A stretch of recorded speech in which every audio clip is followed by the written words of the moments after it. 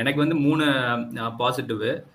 அதுல வந்து பர்டிகுலரா வந்து ஃபர்ஸ்ட் பாத்தீங்கன்னா கில்லு மேல ப்ரெஷர் எப்பெல்லாம் வருதோ அப்போ வந்து எக்ஸ்பீரியன்ஸ் பிளேயர் வந்து கேஎல் ஜடேஜாலாம் வந்து காமர் பர்சன்ஸ் வந்து கில்லுக்கு வந்து ப்ரெஷர் இருக்கும்போது they've actually willing to go in for the team.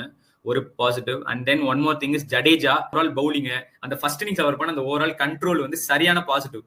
ஏன்னா ஃபர்ஸ்ட் இன்னிங்ஸ்ல இதை விட பெட்டரா இருக்கும் பேட்டிங்க்கு. அப்போ வந்து ஜடேஜா வந்து ரொம்ப கண்ட்ரோல்டா பவுலிங் போட்டாரு. அதை நம்பி வந்துட்டு கோயிங் ஃபார்வர்ட் வந்துட்டு டெசிஷன் வந்து எடுக்க முடியும் கௌதம் கம்பீர்னால. ஏன்னா ஒரு எக்ஸ்பீரியன்ஸான பவுலரான அவரே, ஐ மீன் இன் டர்ம்ஸ் ஆஃப் ஆல்ரவுண்டரா நம்ம பேசுறோம். ஸோ அவர் வந்து அந்த ரெஸ்பான்ஸ் வந்து சூப்பரா ஒரு பவுலரா வந்துட்டு பண்ணி கொடுத்ததுன்றது ஒரு பெரிய பாசிட்டிவ்.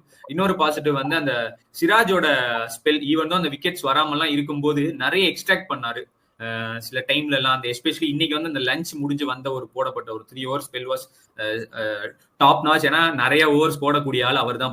பும்ரான்னு எல்லாரும் சொல்றோம். இப்ப சிராஜுக்கு தான் ஒர்க் லோட், ஏகப்பட்ட ஒர்க் லோட பத்தியே பேசவே மாட்டாங்க. அவருக்கு பேசணும்னு தேவையில்லை, ஏன்னா அதுதான் Siraj.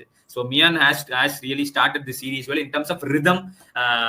So he need some bowlers to execute as well. So அந்த டைம்ல அவர் வந்து பண்ண முடிகிறதுன்றது ஓவரால் ஒரு பாசிட்டிவா பாக்குறேன். இந்தியன் டீம் செகண்ட் இன்னிங்ஸ்ல 6 ரன் லீடு வச்சு 370 ரன் டார்கெட் கொடுக்கறதுன்றது இன்எக்ஸ்பீரியன்ஸ் பேட்டிங் லைனப்புக்கு ஒரு சரியான கான்பிடன்ஸ்.